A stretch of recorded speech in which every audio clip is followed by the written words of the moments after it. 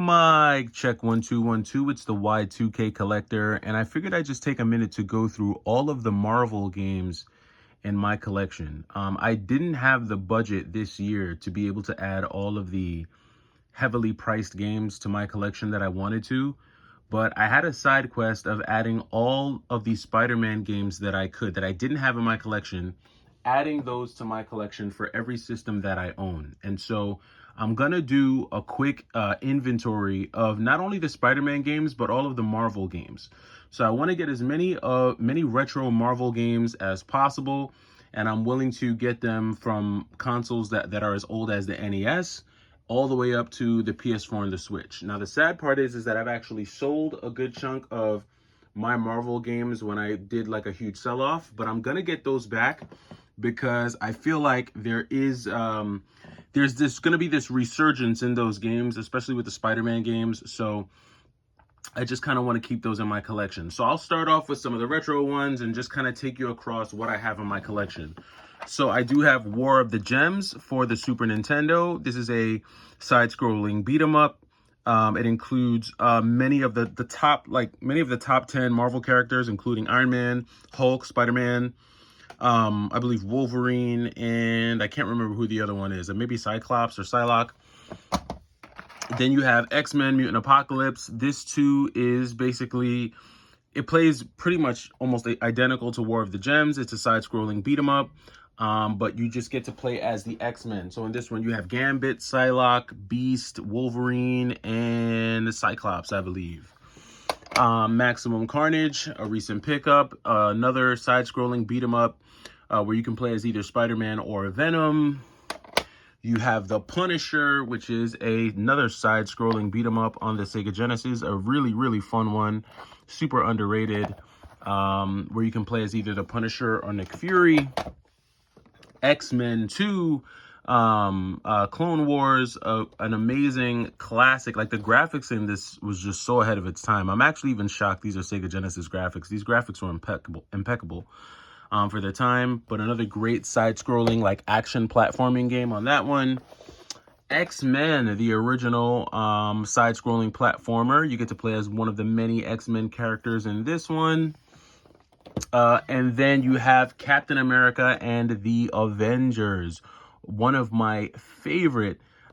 This is just like a side-scrolling, I guess you could say this was like a beat 'em up or an action game, but I just loved everything about this game. The music, the characters. I had to be Iron Man. It wasn't until I got older that I realized Captain America was actually the best character to use in this game, because his shield, it does damage in both ways. Like, when it does damage when it goes, and it does damage when it comes back. So definitely one of the better ones there.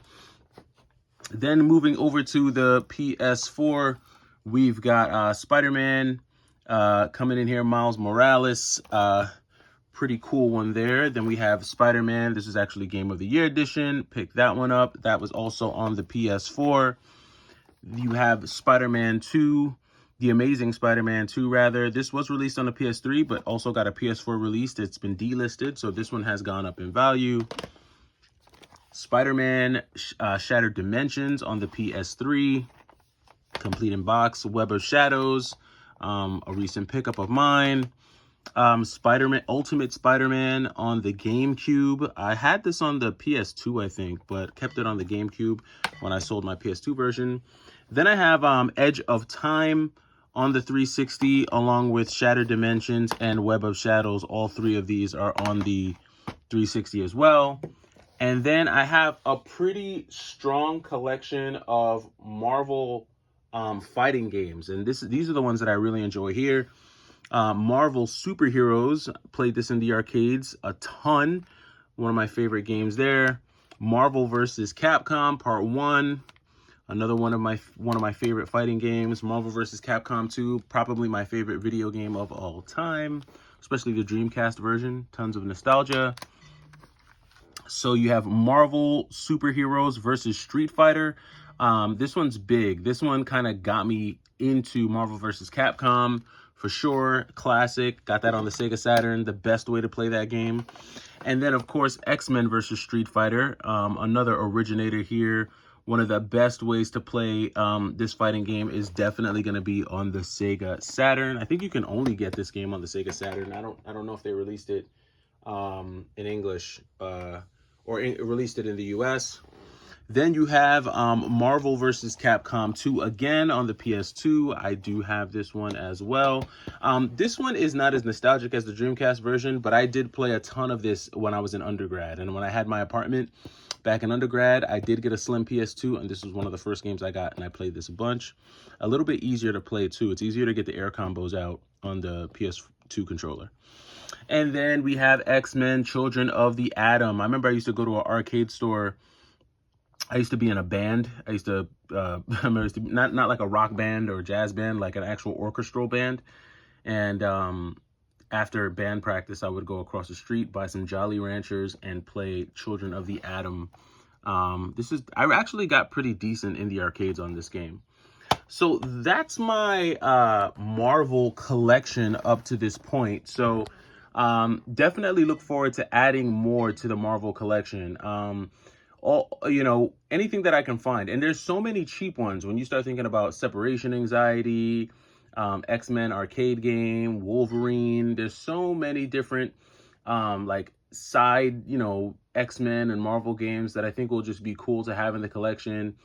And again, I got a comment that Activision lost their rights or lost the source code to some of these games. So I think they are going to get just a little bit more pricey. And I'm trying to stay ahead of this phenomenon. Once someone catches on to something, then everyone jumps on it. Right now, while everyone's chasing down the 360 games, I'm going to chase down the Marvel games.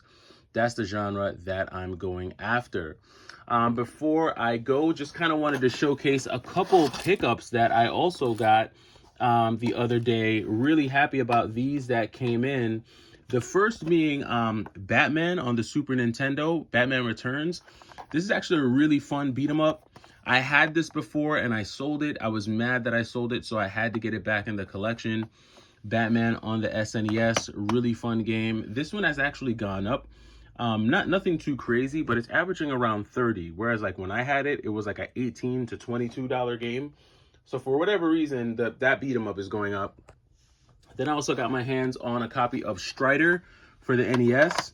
A really cool side scroller. Doesn't play like the Genesis version, but for an NES game, really good graphics, really nice gameplay. I really like Strider on the NES. And then last but not least, this gem of a game right here, Shadow of the Ninja. I've been on my Ninja kick, with the whole Ninja Gaiden series and everything like that. I was able to pick up Ninja Gaiden 1 and 2. Collecting for the NES is so much fun because the games are so doggone cheap. They're like $10 a pop. So, it's super easy to get quality stuff on a console like the NES. And if you're into that whole 8-bit style, then this is the way to go. But really, really glad to have Shadow of the Ninja in the collection. But this is what I'm aiming for. I've kind of tweaked some of my collection targeting so far this year. Let me know what you are looking at or what you're trying to go after. It's the Y2K Collector. Hope you're having a good day. Talk to you soon.